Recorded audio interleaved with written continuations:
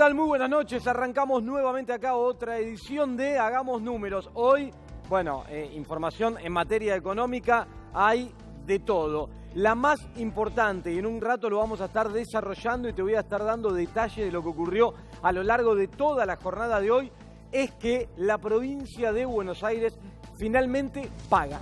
¿Te acordás que veníamos contándote acá hace varios días que se había abierto la ventana para que los tenedores de títulos acepten postergar el vencimiento que tenía lugar el 26 de enero originalmente y que la fecha de vencimiento para esto era el 22 de enero? Bueno, ahí está, mirá, finalmente Buenos Aires paga, lo tenés a Kicillof sentado en una mesa acá, todo una cuestión de juego donde están jugando al póker, se miran las cartas unos otros, ahora te voy a dar detalles sobre esto. Pero la noticia es que se fueron postergando las fechas, que era el viernes 31, originalmente el 22 de 1, después el lunes, después se dijo el martes a las 6 de la mañana, que era hoy se anunció que el martes finalmente era el mediodía, y en un rato te voy a contar todos los detalles.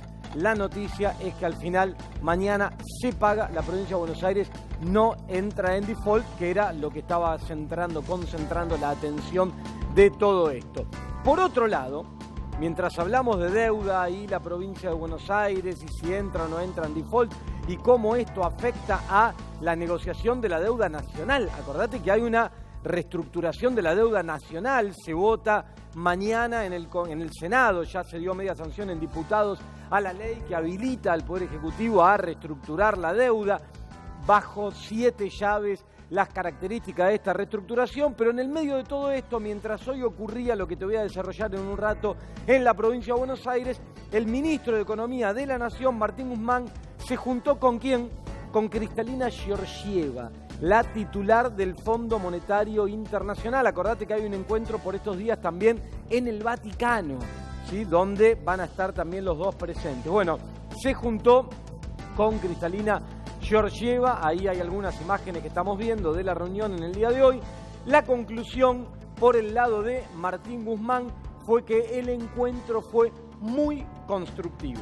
Mientras se complica, pareciera, con los acreedores privados, hoy ocurrió lo de la provincia de Buenos Aires, no se lograron juntar las voluntades que se necesitaban, ese famoso 75% de los tenedores de títulos para poder postergar de manera voluntaria el pago de este vencimiento. El Fondo Monetario pareciera por el momento ser más amigable.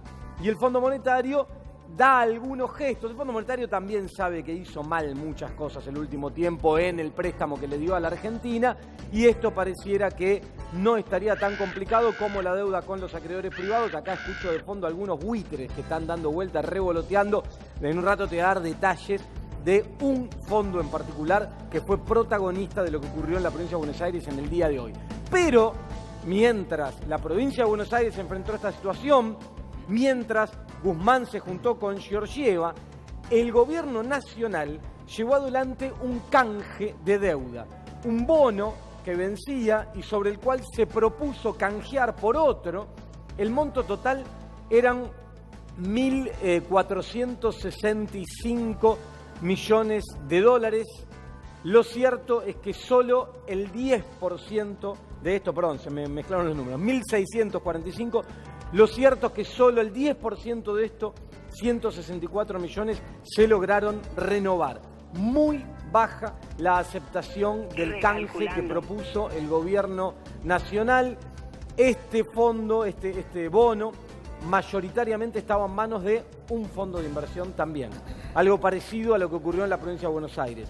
Cuidado, porque empiezan a aparecer jugadores del mercado financiero que estarían complicando un poquitito toda esta intención de renegociación de la provincia, de la nación, y el panorama empieza a lucir un poco complejo. Eso es lo que vamos a ir siguiendo de cerca, y ahora te voy a dar detalles de lo que pasa por atrás con todo esto, que en definitiva puede terminar empujándonos a todos, al país, al default o no. La intención del gobierno es sortear esa alternativa y que la Argentina reestructure de manera voluntaria y no caiga en default. Bueno, ahora vamos con los detalles, también tenemos invitados, vamos a estar hablando de todo esto. Voy a arrancar con Néstor, que se reincorpora. Hoy tenemos otra reincorporación al equipo después de unas merecidas vacaciones y un descanso. Está de nuevo con nosotros Néstor Espósito. Y te saludo, buenas noches Néstor, y arrancamos con el tema del día, también no en materia económica, que es el fallecimiento del juez Bonadío. Buenas noches, Néstor. Buenas noches, Agustín. Sorpresiva la noticia hoy a las 6:20 de la mañana.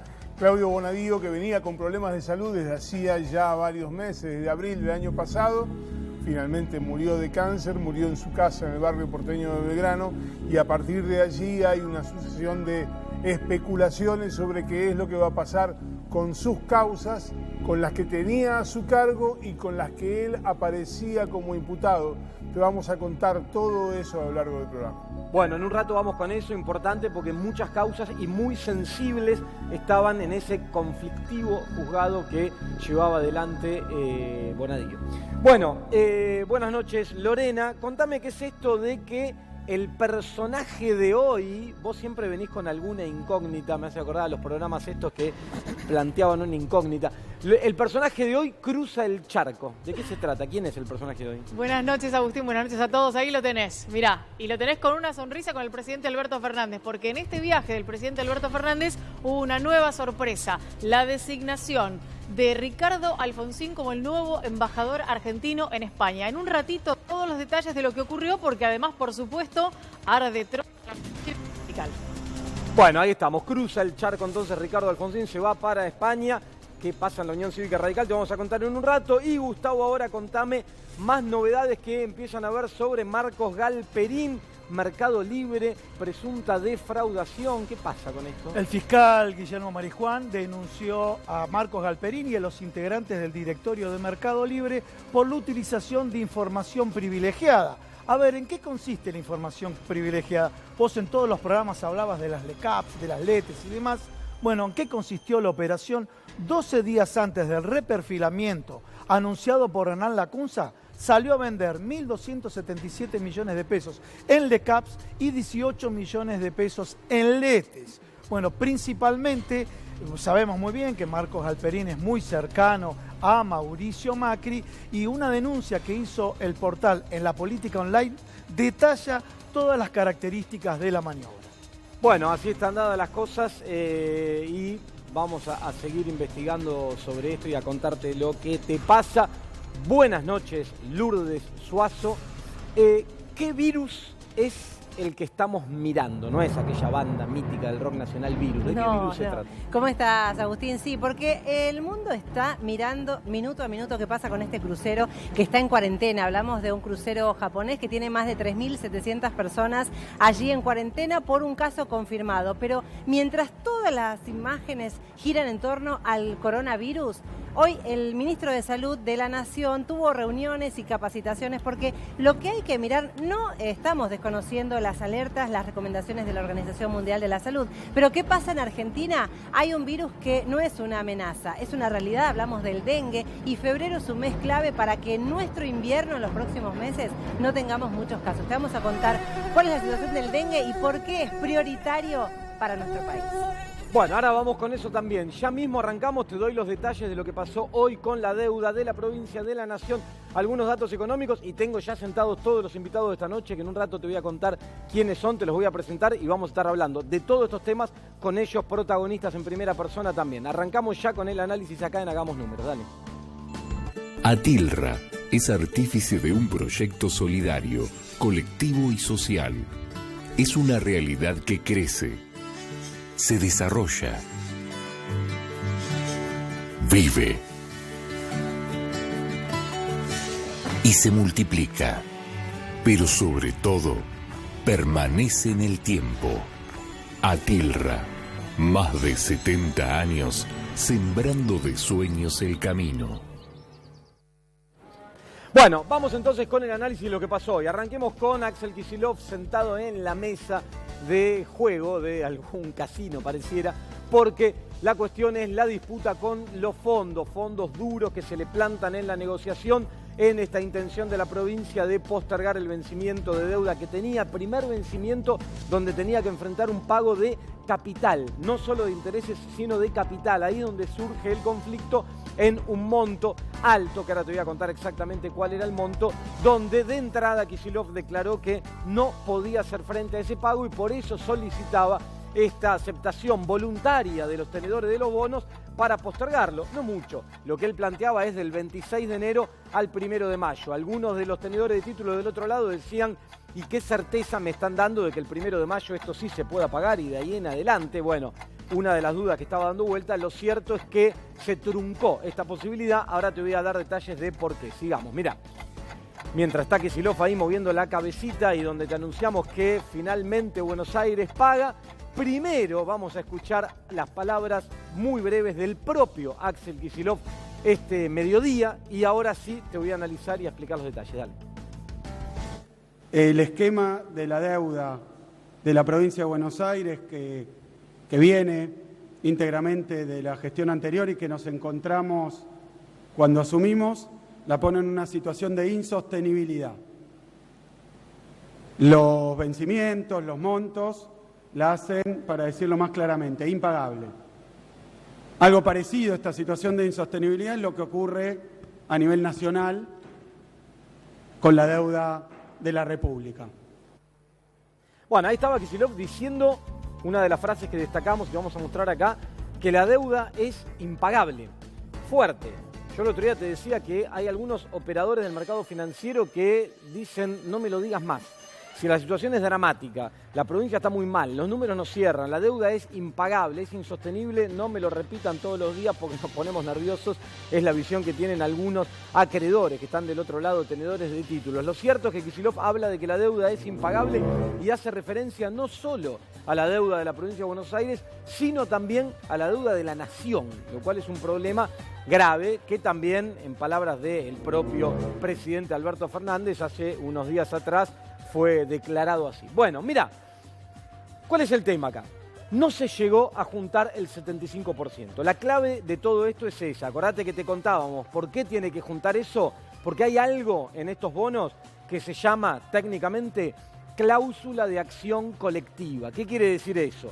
Que si vos juntás el 75% de los tenedores que de manera voluntaria te dicen yo vengo, me presento, acepto el canje que me proponés, el otro 25% que no te lo acepta, no puede chillar nunca más.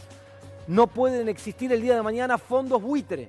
Si no llegás al 75%, no podés postergar de motus propio, porque el día de mañana viene ese porcentaje que quedó afuera y te embarra la cancha, como ocurrió en la Argentina con los fondos buitre, que para qué te voy a contar, ya sabés cómo terminó la película.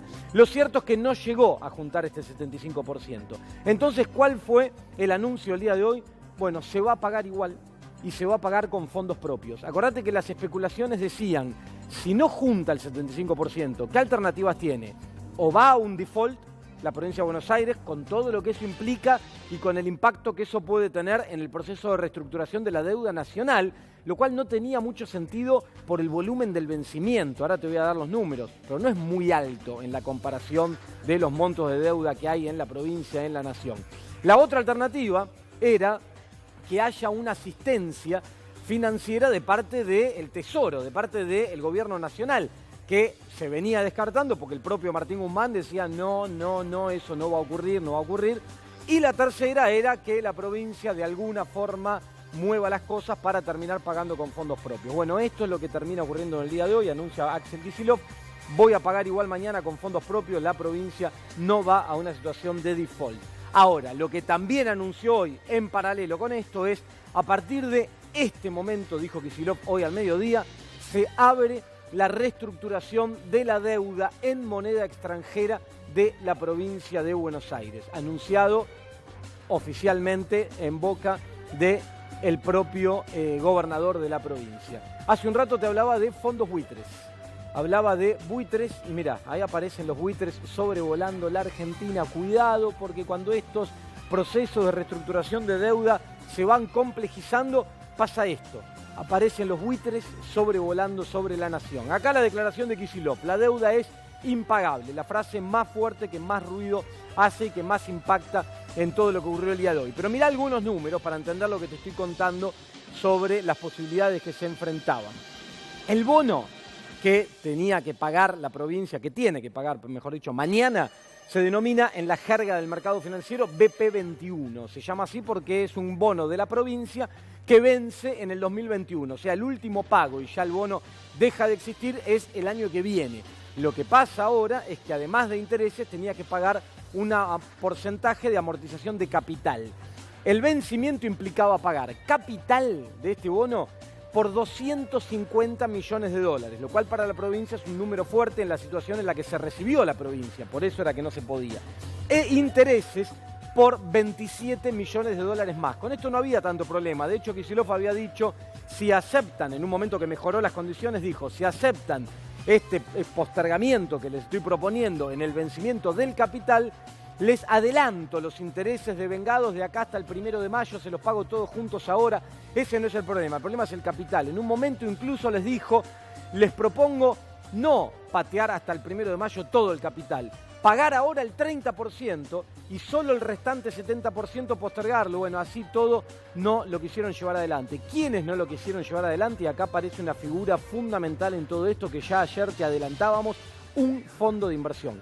Fondo de inversión Fidelity es su nombre. Hoy el gobernador no lo nombró, hizo alusión a un fondo, pero no dio el nombre del fondo. Es un fondo internacional muy grande. Para que tomes dimensión de esto, el fondo de inversión Fidelity tiene activos bajo administración, es decir, tiene comprados activos alrededor del mundo por algo así como 450.000 millones de dólares.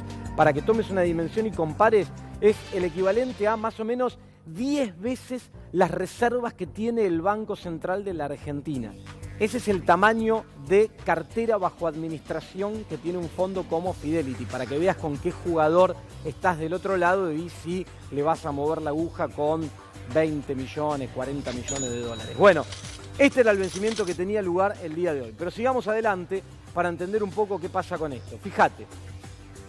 La deuda total de la provincia de Buenos Aires, hoy el propio Kicillof lo ratificó según sus números, es de 11.300 millones de dólares. Es enorme la deuda de Buenos Aires, lo que decía Kicillof es los últimos años se emitieron 5.000 millones.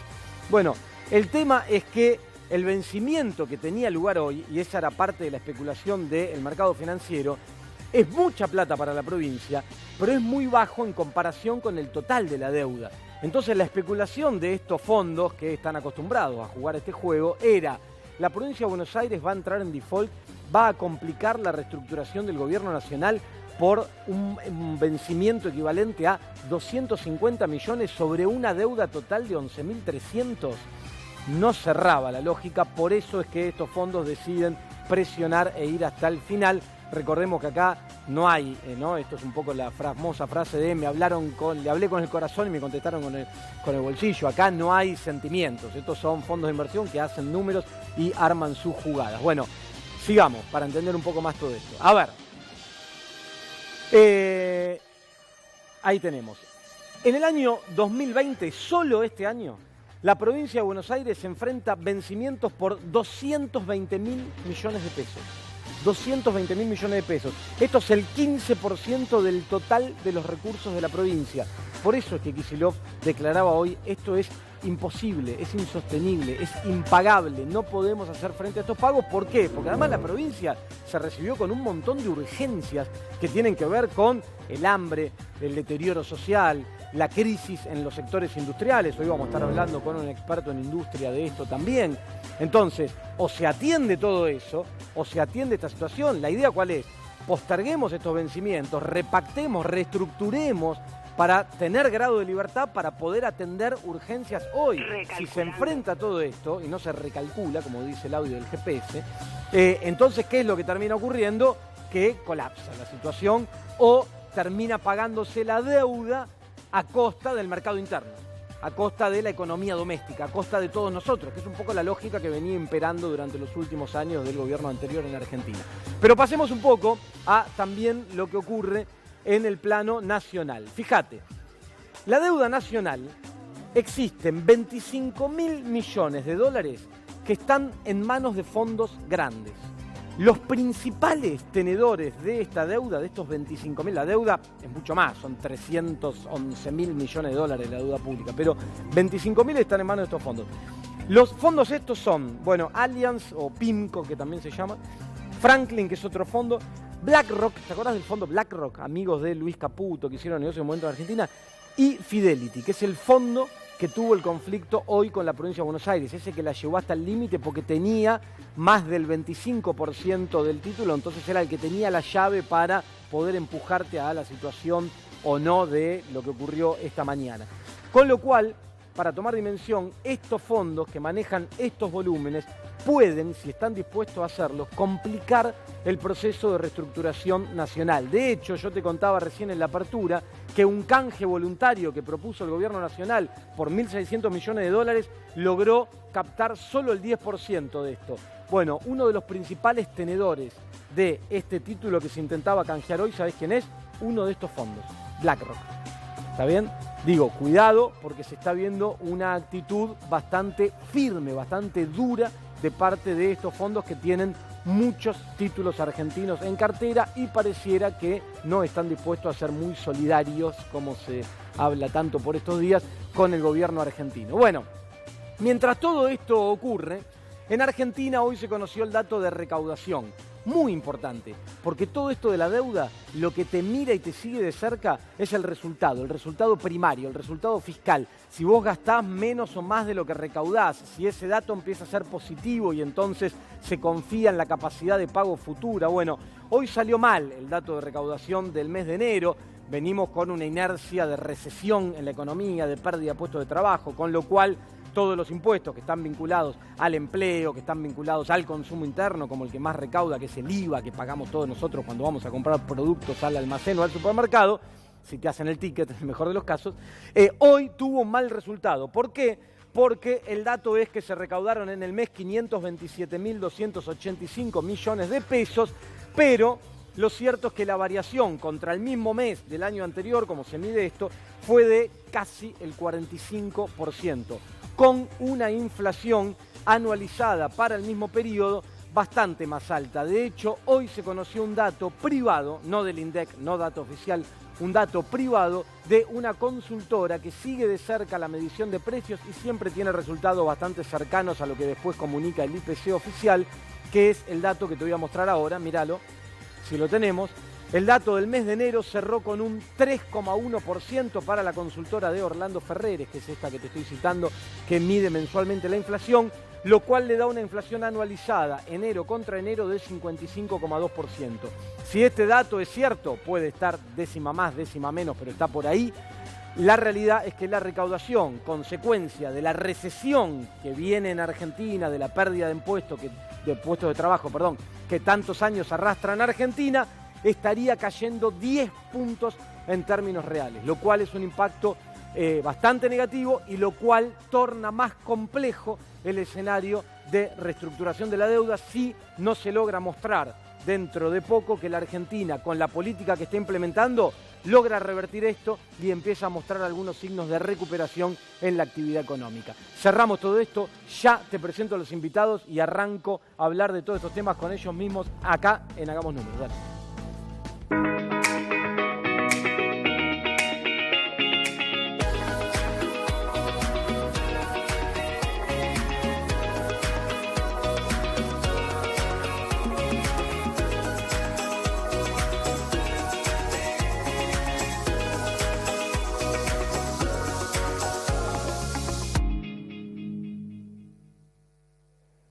Bueno, arrancamos con todo, con el tema económico. Tengo acá sentado invitado esta noche a Jorge Donofrio, que es diputado provincial del Frente de Todos.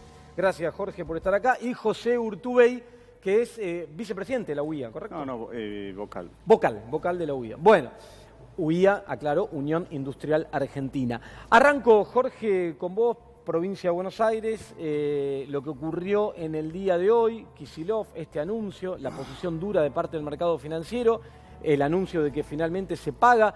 ¿Cuál es tu lectura? Porque muchos dicen, pero ¿cómo? ¿No se podía pagar y se paga? ¿Qué pasó?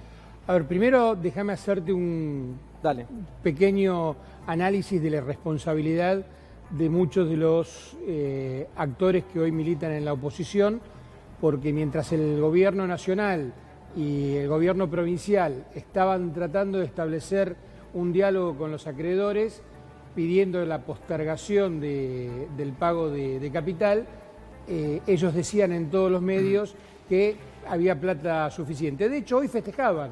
He visto algunos comunicadores que decían, apareció la plata.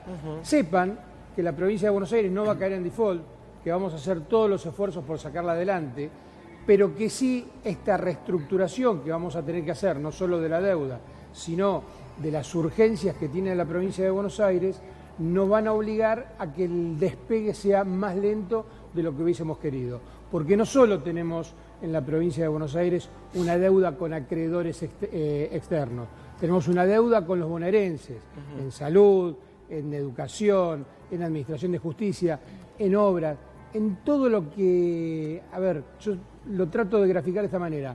Todo lo que incendiaron en los últimos 4 años, hoy aparecen los mismos incendiarios disfrazados de bomberos. Ahora, está bueno esto que marcás, Jorge, porque, a ver, digo, estos fondos, muchos de estos fondos, yo recién enunciaba algunos que tienen títulos argentinos, tienen vínculos muy fuertes con exfuncionarios, caso, por ejemplo, Luis Toto Caputo, que fue presidente del Banco Central.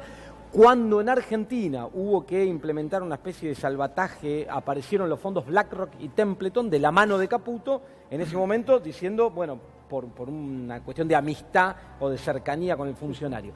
Esos son los fondos que hoy están operando, recién lo mostraba en Argentina. Entonces digo, vos lo que planteás es, ¿puede haber hoy desde la oposición algún tipo de comunicación e intención con estos fondos para complicar el escenario de reestructuración? O sea, no solo dejamos la cuestión como la dejamos, sino que ahora nos encargamos de poner palos en la rueda. Mira, si esto fuera una causa penal, se harían los cruces de llamada y seguramente quedarían todos detenidos. Ajá, ¿no? bueno. Esto Claro. como primer punto. En el 2018, legisladores bonaerenses nos reunimos con gente de Fidelity, porque en ese momento se terminaba la financiación de la provincia de Buenos Aires. ¿Por qué? Porque el riesgo país era muy alto, la provincia de Buenos Aires tenía 250 puntos sobre el riesgo federal, o sea que se le dejó de prestar. ¿Pero qué decían ellos? Bueno, igual podemos encontrar la forma, porque podemos canjear la deuda por territorio, por recursos.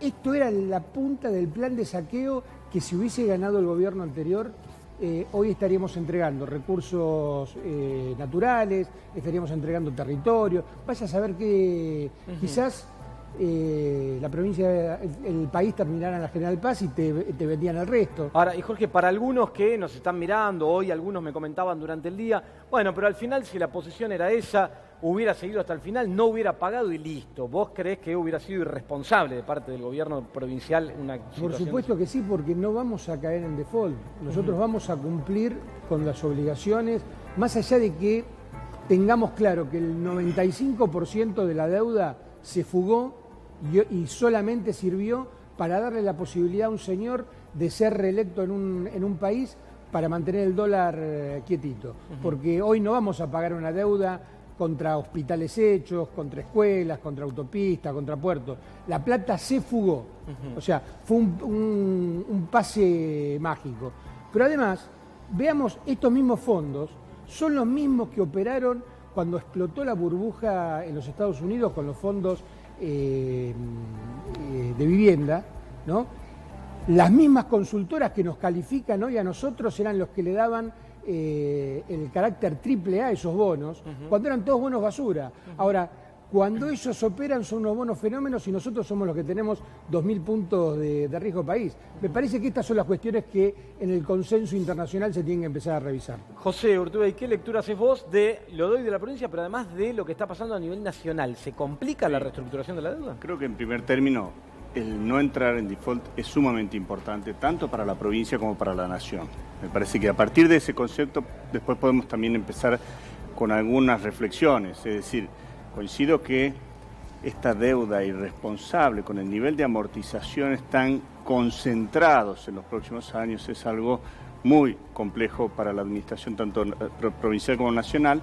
Los fondos, fíjate vos, son los mismos que entraban y salían con las LEVAC, acordate, cuando entraban y salían permanentemente, o sea que ya sobre la Argentina hicieron, producto de que el gobierno anterior estaba asentado en lo que es la patria financiera, ya hicieron ganancias enormes y siguen, y los argentinos seguimos presos de eso, producto de esa irresponsabilidad. Dicho esto, te digo, me parece que objetivamente tiene un rebote lo que pasa en la provincia de Buenos Aires sobre la nación, con lo cual obviamente no podía entrar en default previamente, mientras la nación todavía está en conversaciones, no solo con el Fondo Monetario Internacional, sino con acreedores, con bonistas internacionales. Ahora, José, vos sos un referente de un sector clave para la economía argentina, que es la industria, el que más empleo genera en Argentina, etcétera. Para que entienda el que está del otro lado, si la Argentina terminara en una situación de default, ¿es negativo esto para la industria? ¿Y por qué? Digo, para que se entienda. Sí, por supuesto. Y esto lo estuvimos hablando también con el ministro Culfas y con todo su equipo. ¿Por qué? Porque la macroeconomía necesita un equilibrio. Si la macroeconomía está desequilibrada, vos no podés empezar a trabajar sobre políticas productivas específicas que se necesitan para la industria. Es decir, las inversiones, que es la solución final para que las correcciones no sean tan traumáticas para lo que es el entramado productivo, las pymes, la gente, el ciudadano común, necesitas de una macroeconomía equilibrada. Para ello necesitas tener una reprogramación, un reperfilamiento de la deuda en términos voluntarios y amistosos con los acreedores internacionales. Por eso me parece que es sumamente importante. Lo que genera esto, obviamente, es un retraso en la recuperación. Vos lo dijiste recién, un retraso en la recuperación, en salir desde una B corta. Vas a empezar, yo creo que 2020 va a ser un año todavía complejo para la Argentina, y en la medida que nos demoremos en acordar con los acreedores la salida de fondo, más todavía nos vamos a demorar en la salida. Bueno, hay un plazo hasta el 31 de marzo fijado por el propio presidente. Si me esperan un ratito, hago un pequeño cambio de un tema que tenemos y ahora seguimos abordando algunas cosas más de la economía, que está todo muy candente y tanto interés genera. Pero voy a vos, Néstor Espósito, porque vamos a presentar el invitado que tenemos esta noche, ya lo comento, es Leonardo Martínez Herrero, abogado, y vamos a estar hablando con él por muchos vínculos que ha tenido durante el último tiempo de la noticia de hoy, Néstor, que es el fallecimiento del juez Claudio Bonadío. Claudio Bonadío venía desde el mes de abril del año pasado con un problema de salud importante. Le habían detectado un tumor a nivel cerebral, ubicado en una zona muy compleja detrás de un ojo. Fue operado con éxito, tuvo una recuperación muy rápida, volvió a las pocas semanas a trabajar. Fue sorpresiva esa recuperación, se lo veía caminando por los pasillos de tribunales con una gorra que le cubría la herida de la operación, y había recuperado peso, se lo veía bien de semblante. Yo tuve oportunidad de hablar un par de oportunidades con él, se lo veía bien. Estuvo trabajando hasta el último día de diciembre. Hace un rato mostrábamos el último documento importante que firmó, el documento que tiene una respuesta del juez Ramos Padilla en el marco de la causa por la importación de gas natural licuado. Se fue a la feria, estuvo el mes de enero de licencia, y a finales del mes de enero hubo una señal de que algo no andaba bien. Pidió una prórroga durante todo el mes de febrero de vacaciones no gozadas. Bonadío es juez desde 1994, tenía vacaciones acumuladas desde entonces, generalmente no se las tomaba todas. Bueno, pidió esa prórroga de la licencia, esto presagiaba que no estaba bien de salud. Finalmente esta mañana fue anunciada su muerte a las 6:20, víctima de este cáncer del que había sido operado hace menos de un año. Sí, se sabía de esta enfermedad, de todas formas resultó sorpresivo esta mañana el anuncio del fallecimiento del juez. Doctor Martínez Herrero, ¿quién era Claudio Bonadío? Porque se dice muchas cosas de diferentes puntos de vista, ¿no? Bonadío era un juez muy arbitrario, se manejaba, él dijo que hacía derecho procesal creativo. La verdad que era un derecho que solamente le aplicaba. Tuvimos que padecerlo en tribunales, no se comportaba bien, destruyó muchas familias, mucha gente, producto de sus resoluciones infundadas. Tenía cuestiones que yo en mi vida había visto. Él era juez cuando yo empezaba a ejercer. Y todo lo que me decían que no podía pasar en la facultad, era todo lo que hacía Bonadío. Y me llegué a consultar allá a profesionales, abogados, que estaban litigando todo, y me decían, mirá, acá olvidate, en este juzgado...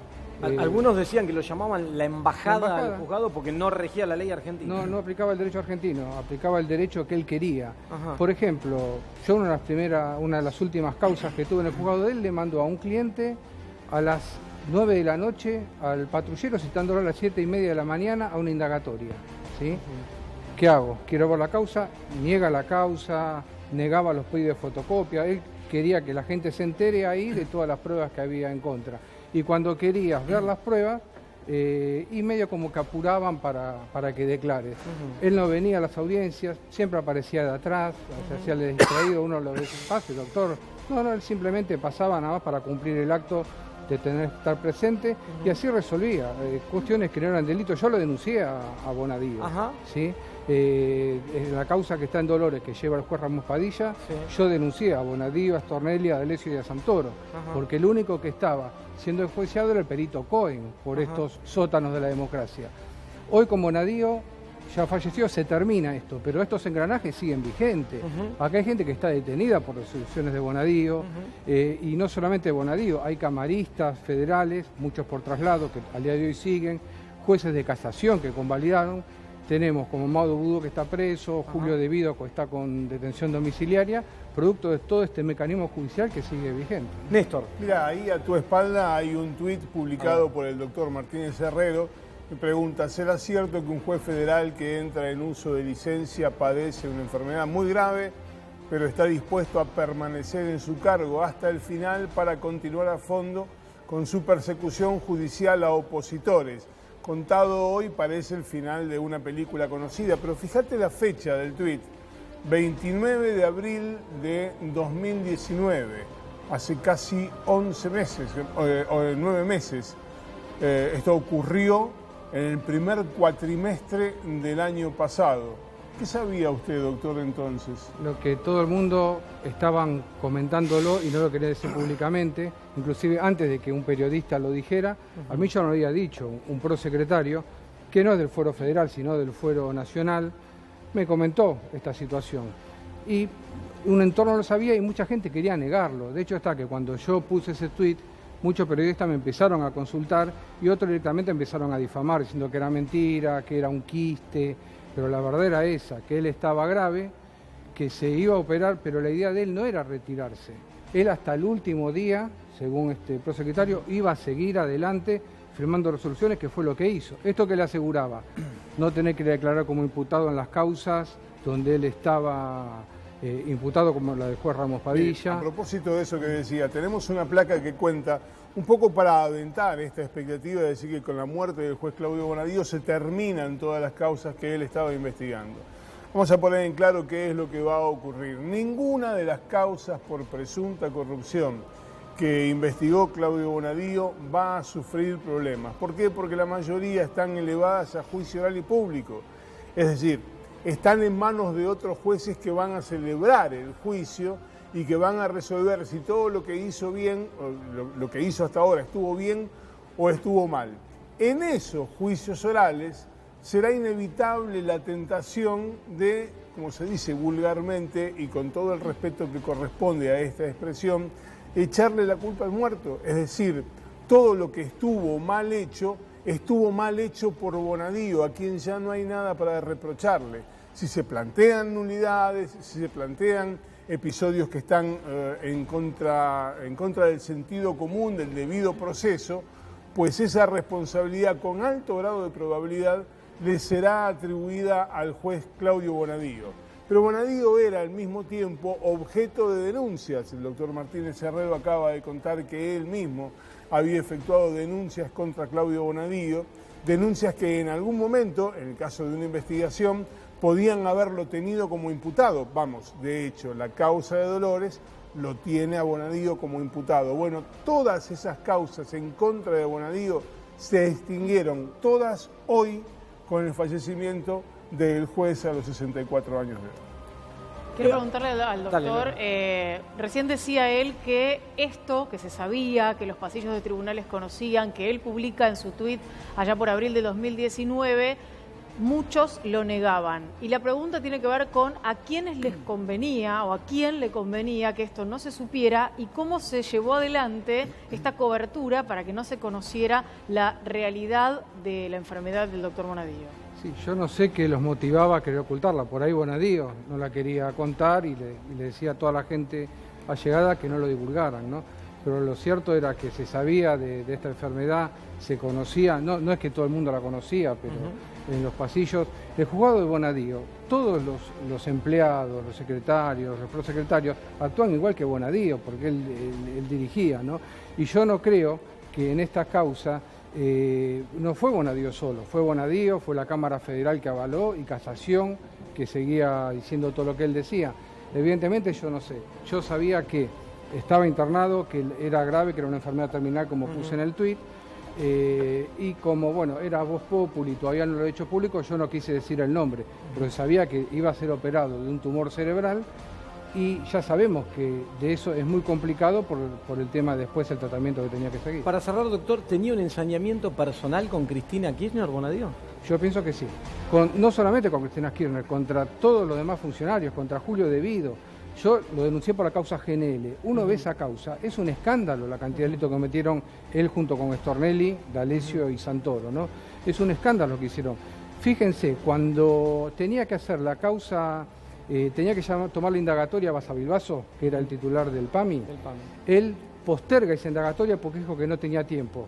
Y al día siguiente saltó el tema de los cuadernos, que ordenó detenciones, todo eso. O sea, fíjense cómo direccionaba. Bueno, los desfalcos del PAMI de Basavilbaso los suspendemos porque me voy a dedicar a esto.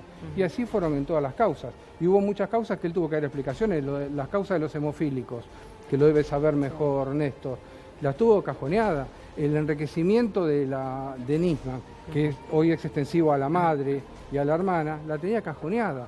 Entonces, evidentemente, él tenía directamente un encono personal contra los exfuncionarios. Lourdes.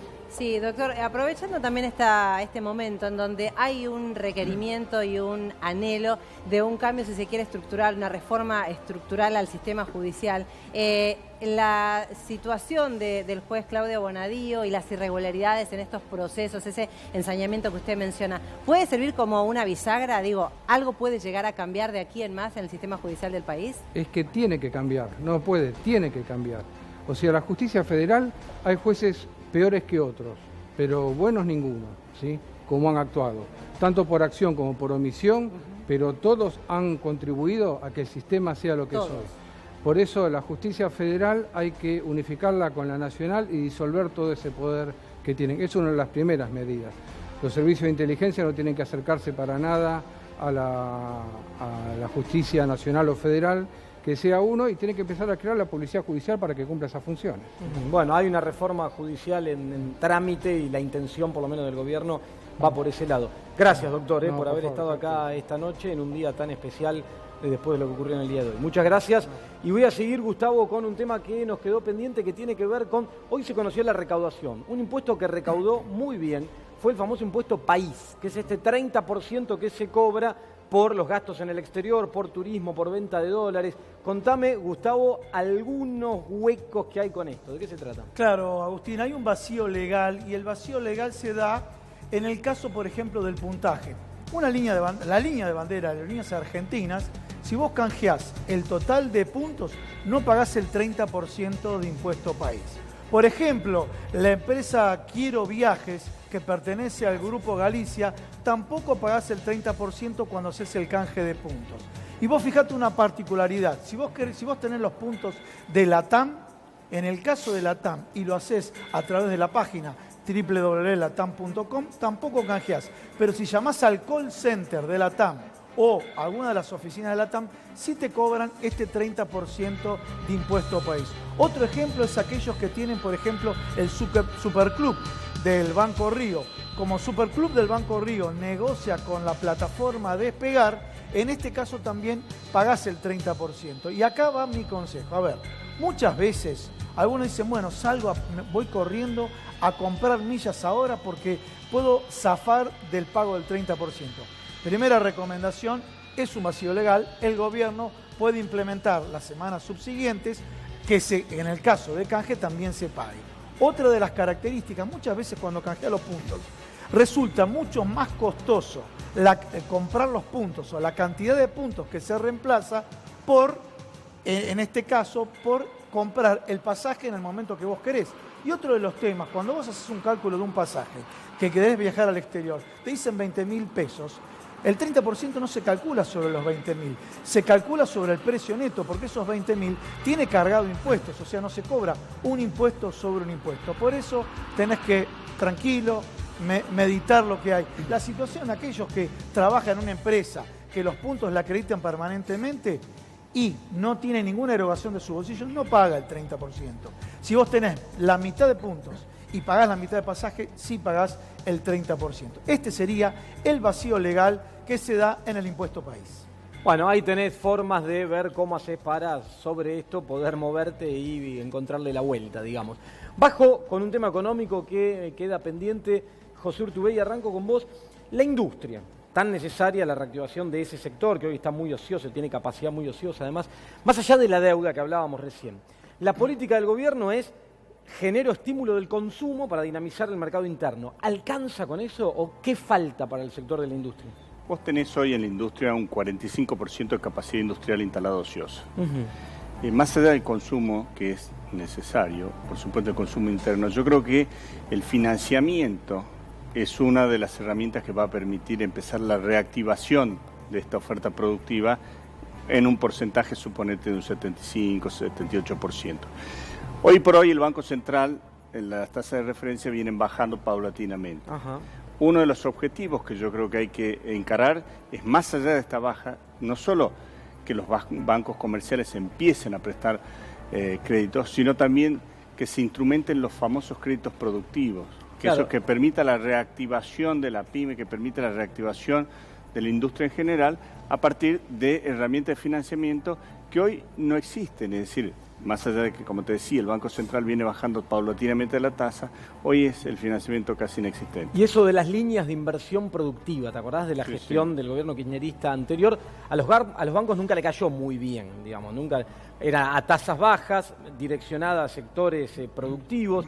¿Y vos creés que el camino debería ser encarar de nuevo por ahí? No te quepa ninguna duda. Así como antes veías a los bancos esquivos porque estaban con las LELIQ, en movimientos financieros, yo creo que el sector productivo hoy está esperando ese tipo de líneas. Fíjate que en la gestión de Marco del Pont, era la presidenta del Banco Central en ese momento, fueron exitosos y creo que ese es el modelo sobre el cual deberíamos optar. Y en ese momento es importante, Marco del Pont, acompañada en la gestión del Banco Central por Matías Culfas, que hoy es ministro de Desarrollo Productivo, en ese momento era gerente general del Banco Central. Gustavo, decime. José, vos habías mencionado que la industria la considerás que no son formadores de precios. Entonces el gobierno nacional lo que está buscando es estudiar y trabajar en el control de todas las cadenas de valor. ¿Qué opinas vos desde el punto de vista como industrial y de la Unión Industrial Argentina con respecto al control de las cadenas de valor? Me parece que es indispensable el control. Es decir, creo que para evitar que justos paguen por pecadores es inevitable.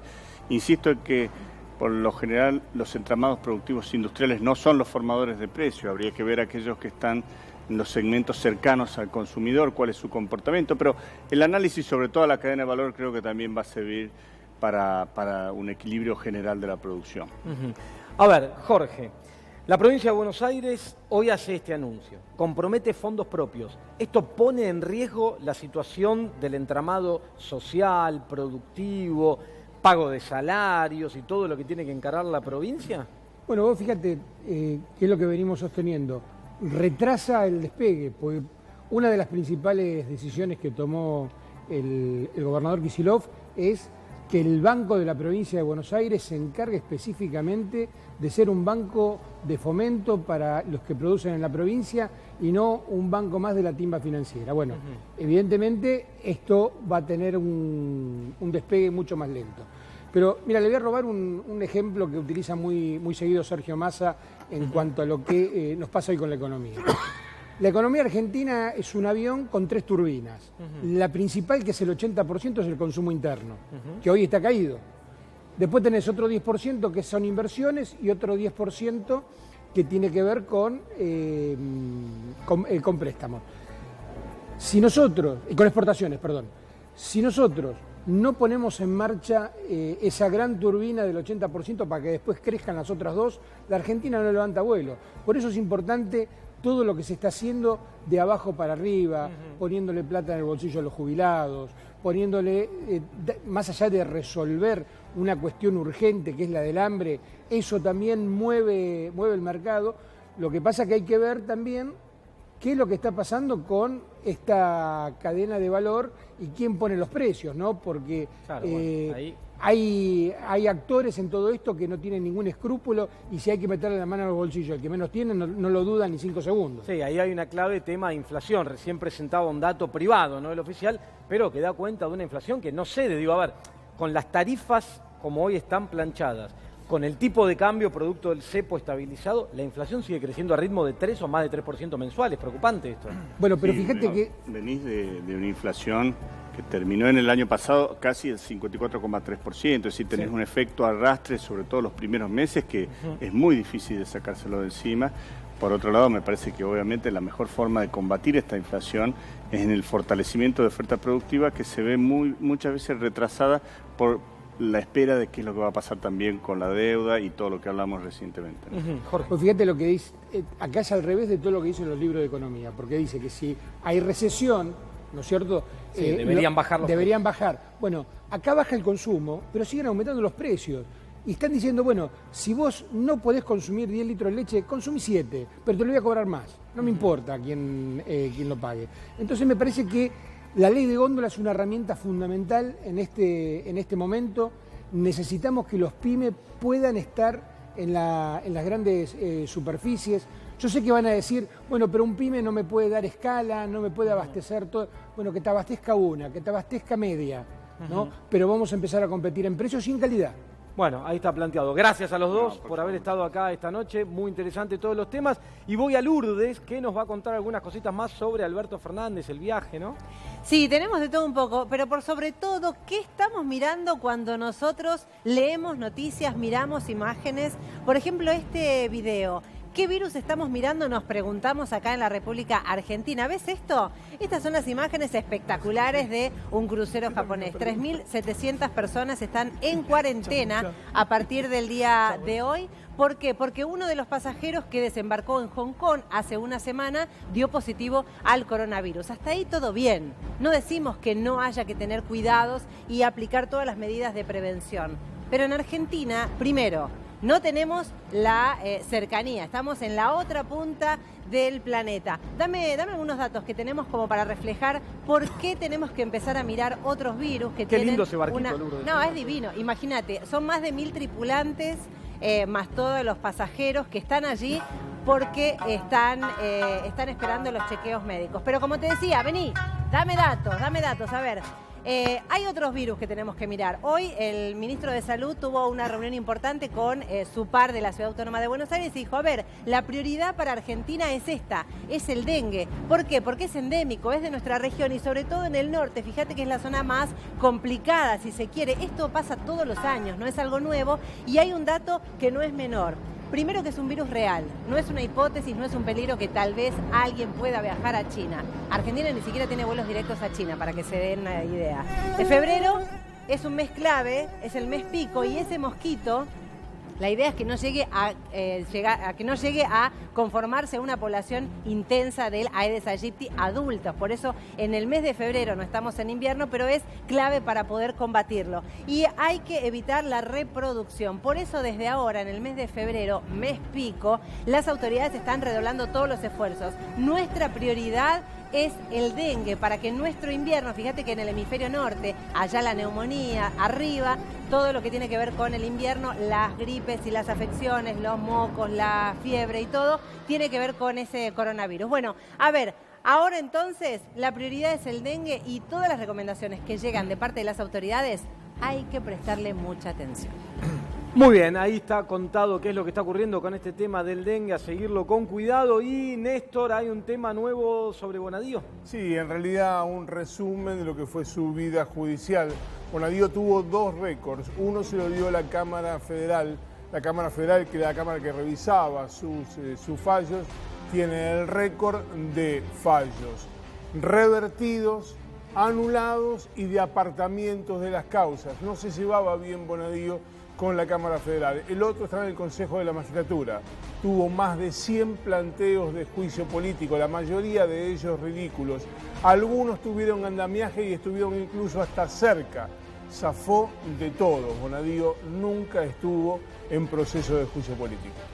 Perfecto, bueno, y ahora vamos a seguir con el viaje de Alberto Fernández. Contame, Lorena, novedades. Parezco su biógrafa ya, aunque ya sabemos que tiene uno que escribió un libro hace poquito, pero digo, lo estoy siguiendo. Acá está, reunión con el presidente Sánchez, una muy buena reunión, hay una gran amistad entre la Argentina y España, que ahora vamos a contar en datos, y reunión con el rey Felipe VI. Estas dos se fueron verdaderamente con sonrisas todos, así que fueron dos muy buenas reuniones que tienen que ver con esto que les vamos a contar. La relación comercial bilateral entre Argentina y España. Mirá, se cruzan las banderas. ¿Por qué? 2018, uno de los últimos datos que hay. El comercio bilateral fue de 3.019 millones de dólares entre la Argentina y España. La balanza comercial superavitaria para la Argentina en las últimas 2 décadas. Y esto es parte de una historia que se viene construyendo desde hace mucho tiempo. ¿Qué exportamos a España? Algunos de los datitos de lo que exportamos a España. Mucho que tiene que ver con soja, pero por ejemplo, la harina y palets de soja, pero también camarones y langostinos, limones y moluscos. Y esos productos son el 73% de todo lo que exportamos a España. Además, España es el segundo inversor externo en nuestro país y la Argentina el tercer país latinoamericano en tener inversiones en España. Todo esto con fuentes de Cancillería que nos cuentan el porqué de la importancia, además de las cuestiones que tienen que ver con el FMI, de estas reuniones y de estas visitas entre la Argentina y España que seguramente tendrán próximos capítulos. Este capítulo del viaje del presidente Alberto Fernández ha sido muy importante porque además nos ha dejado a un hombre que cruzó el charco. El hombre del que les hablábamos hace un ratito y es nada más y nada menos que, mirá la cara de alegría que tiene Ricardo Alfonsín. Había habido dos negativas. Había habido dos negativas. ¿Recordás que allá por octubre del año pasado se mencionó que iba a ingresar o que le habían hecho un ofrecimiento para entrar? Ah, mirá cómo vuela, mirá cómo llega hasta España. Le habían hecho un ofrecimiento para ingresar al gabinete de Alberto Fernández. Lo negó rotundamente y dijo no voy a entrar al gabinete, no quiero que me ofrezcan nada. Después le ofrecieron esta embajada, ser el embajador argentino en España. Hubo algunas negociaciones y después de un no, llegó finalmente el convencimiento de Ricardo Alfonsín. Ha dado el sí, hizo además declaraciones a través de un tuit para que nadie diga nada alrededor de su persona y de su decisión. Se va a España y será el nuevo embajador argentino en ese país, con mucha bronca en la Unión Cívica Radical. Bueno, bronca en la Unión Cívica Radical y este era el puesto que quería el actual presidente Alberto Fernández. Según él mismo, hace un tiempo atrás quería ser embajador en España. Gustavo. Bueno, el tema de Marcos Galperín hizo mucho ruido, principalmente por su fuerte vínculo que tuvo con Mauricio Macri, o que tiene con Mauricio Macri, y el fiscal Guillermo Marijuán lo denunció a Marcos Galperín y a todos los integrantes del directorio de Mercado Libre. Y vos fijate que acá hablamos de los títulos y demás, el tema de manejar información privilegiada, a tal punto que 12 días antes de hacer el reperfilamiento, Hernán Lacunza vendió 1.277 millones de pesos en LECAPS y 18 millones de pesos en LETES. Bueno, estas son las características de cómo manejaba su influencia con el poder Marcos Galperín. Bueno, y entre todo lo que se anuncia en Argentina en el día de hoy, también se anunció que se estatizaron, o se van a estatizar, mejor dicho, 3.000 kilómetros de ruta. Y hablando de ruta, ¿por qué te moves en la ruta? Por autos. Entonces, ¿cómo por las rutas? Vas en auto. Contame qué novedades tenés, Lourdes, de autos. Estamos en el mes de febrero y tenemos la mejor propuesta para que este 2020 sea inolvidable. Con música y todo. Mirá, Centro Automotores, número 1 en ventas sin servicios, tiene una propuesta que nadie la puede igualar. Trae un utilitario usado de cualquier empresa, de cualquier marca, que nosotros te lo tomamos al mejor valor de mercado. ¿Y sabes qué? Te puedes llevar una Kangoo VU, una Oroch o Master, pero eso no es todo. No solamente te pagamos el mejor precio de mercado por tu usado, sino que te financiamos el resto a una tasa fija en pesos y a una tasa de 9.9%. ¿Dónde estamos? ¿Cómo hacer? Estamos en Avenida Córdoba 3647, en Capital Federal. Y en las redes, @Centro Automotores Oficial para todas nuestras alternativas. Espectacular, me encantó la música. Esto de hacer el programa con música tiene una onda, me gusta. Bueno, ahí me ponen más fuerte. Listo, vas a tener algunos kilómetros más de rutas nacionales y los autos que te recomienda Lourdes para moverte sobre esas rutas. Una cosa espectacular. Nosotros seguimos mañana, como siempre. Ahora lo dejamos con nuestros compañeros de Crónica a la Noche. Seguimos mañana a las 9 de la noche contándote las novedades que vaya habiendo en materia económica y mucho más, que en Argentina siempre hay y muchas. Chau, hasta mañana.